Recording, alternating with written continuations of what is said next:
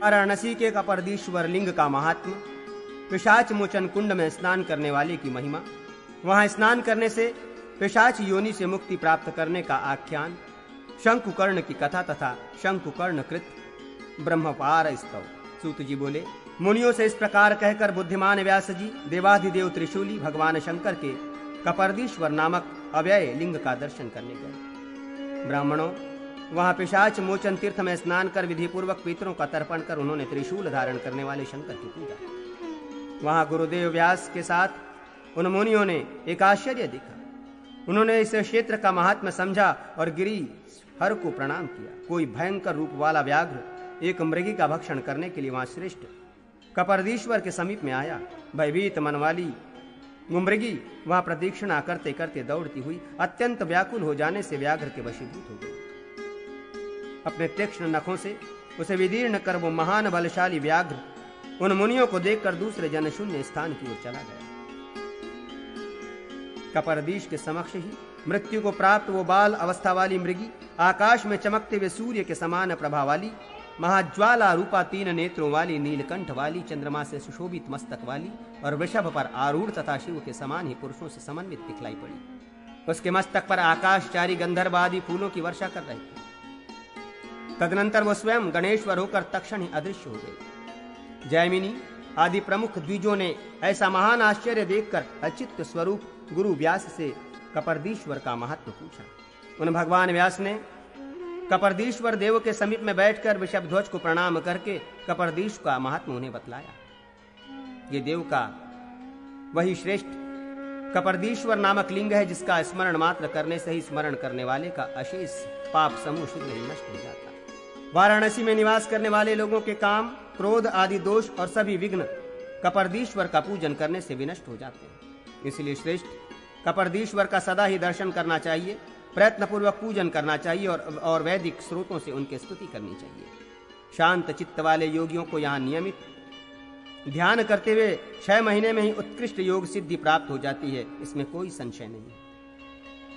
यहाँ समीप में स्थित पिशाच मोचन कुंड में स्नान कर इस लिंग का पूजन करने से ब्रह्महत्या आदि सभी पाप नष्ट हो जाते हैं। ब्राह्मणों, प्राचीन काल में शंकुकर्ण नाम से प्रसिद्ध कठोर व्रत वाले तपस्वी ने इस क्षेत्र में शंकर की पूजा की थी। वो रात दिन प्रणव एवं ब्रह्मस्वरूप रुद्र का जप करता था। निष्ठा पूर्वक दीक्षा ग्रहण कर वो योगात्मा पुष्प, धूप आदि से तथा स्त्रोत्र, नमस्कार एवं प्रदीक्षिणा के द्वारा पूजा करता हुआ वहां रहने लगा। किसी दिन उसने भूख से व्याकुल इस अस्थि एवं चर्म से व्याप्त शरीर वाले और बार बार सांस ले रहे एक आते हुए प्रेत को देखा। उसे देखकर उस श्रेष्ठ मुनि ने अत्यंत कृपा से युक्त होकर उससे कहा, आप कौन हैं? कहां से इस देश में आए हैं? क्षुधा से पीड़ित पिशाच ने उससे कहा, पूर्व जन्म में मैं धन धान्य से संपन्न, पुत्र पौत्रादिकों से युक्त, परिवार के भरण पोषण में उत्सुक रहने वाला एक ब्राह्मण था, किंतु मैंने न कभी देवताओं की पूजा की, न गायों की और न अतिथियों की। मैंने कभी छोटे से भी छोटा पुण्य नहीं किया। एक बार की बात है कि वाराणसी में मैंने वृषभ वाहन भगवान विश्वेश्वर देव का दर्शन किया, स्पर्श किया और उन्हें नमस्कार किया। तदनंतर बहुत थोड़े ही समय के बाद मेरी मृत्यु हो गई। हे मुने, इसी पुण्य के कारण मुझे यम के भयानक मुख को नहीं देखना पड़ा, पर इस प्रकार की पिशाच योनि से प्राप्त कर भूख और प्यास से व्याकुल मैं वाराणसी में ही भटक रहा हूं। इस समय मुझे हित और अहित का कुछ भी ज्ञान नहीं। प्रभु, मेरे उद्धार का यदि कोई उपाय आप देखते हो तो कहें। आपको नमस्कार है, मैं आपकी शरण में आया हूं। ऐसा कहे जाने पर शंकुकर्ण ने पिशाच से कहा, तुम्हारे समान इस संसार में श्रेष्ठ पुण्य कर्म करने वाला और कोई नहीं है। जो कि तुमने पूर्व काल में विश्वेश्वर भगवान शिव का दर्शन किया, उनका स्पर्श किया और वंदना की, फिर संसार में तुम्हारे समान और कौन हो सकता है? उस कर्म के परिणाम स्वरूप ही तुम इस स्थान पर पहुंचे। अब तुम एकाग्र मन होकर इस कुंड में शीघ्र स्नान करो, जिससे इस कुत्सित पिशाच की योनि से तुम शीघ्र ही छुटकारा प्राप्त कर सको। दयालु मुनि के ऐसा कहने पर उस पिशाच ने देवश्रेष्ठ त्रिलोचन अनुशास्ता भगवान कपर्दीश्वर का स्मरण कर मन को एकाग्र करते हुए कुंड में स्नान किया। तदनंतर स्नान किया हुआ वो मुनि के समीप ही मृत्यु को प्राप्त हो गया और पुनः सूर्य के समान प्रकाशित विमान में स्थित हो वो दिव्य आभूषणों को धारण किए तथा चंद्रमा के चिन्ह से सुशोभित सुंदर मस्तक से युक्त पुरुष के रूप में दिखाई पड़ा। वो आकाश में स्थित रहने वाले रुद्रों अप्रमेय योगियों तथा बालखिल्य आदि ऋषियों से चारों ओर से आवृत होते हुए उसी प्रकार सुशोभित होता रहा जिस प्रकार सभी देवताओं के भी देवता सूर्य देवता उदय काल में दिखलाई पड़ते हैं। आकाश में सिद्ध तथा देवताओं के समूह उसकी स्तुति कर रहे थे। दिव्य सुंदर अप्सराएं नृत्य कर रही थीं और गंधर्व विद्याधर तथा किन्नर आदि जल से स्निग्ध पुष्पों की वृष्टि कर रहे थे। मुनियों के समूह से स्तुति किए जाते हुए उसने भगवान की कृपा से ज्ञान प्राप्त किया और वह उस त्रयमयी श्रेष्ठ मंडल में प्रविष्ट हो गया जहां रुद्र प्रकाशित होते हैं। पिशाच योनि को प्राप्त उस पुरुष को मुक्त हुआ देखकर वो मुनि अत्यंत प्रसन्न मन से महेश का ध्यान कर और कवि अद्वितीय रुद्राग्नि को प्रणाम कर उन जटाधारी शिव की स्तुति करने लगे। शंकुकर्ण ने कहा, मैं परात्पर अद्वितीय सबके रक्षक पुराण पुरुष योगेश्वर नियामक आदित्य अग्निरूप एवं कपिल वृषभ पर अधिष्ठित आप कपर्दी की शरण ग्रहण करता हूं। मैं हृदय में सन्निविष्ट हिरण्यमय योगी आदि एवं अंतरूप द्युलोक में स्थित महामुनि पवित्र और ब्रह्म स्वरूप आप ब्रह्मापार रुद्र की शरण में जाता हूं। मैं हजारों चरण नेत्र और सिरों से युक्त हजारों बाहु वाले अंधकार से परे रहने वाले हिरण्य गर्भ के अधिपति और 3 नेत्र वाले आप ज्ञानातीत शंभु को प्रणाम करता हूं।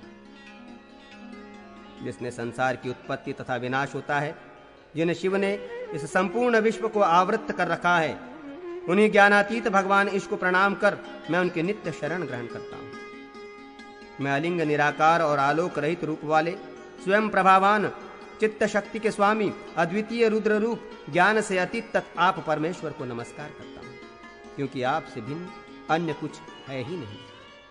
सबीज योग सविकल्प समाधि का त्याग करने वाले परमार्थभूत योगी जन निर्विकल्प समाधि लगाकर आपके जिस रूप का दर्शन करते हैं, मैं आपके उसी ज्ञानातीत स्वरूप को नित्य प्रणाम करता हूं, जिनमें न तो किसी का नाम तथा रूप आदि विशेष गुणों की कोई कल्पना है और जिनका न कोई स्वरूप दिखलाई पड़ता है।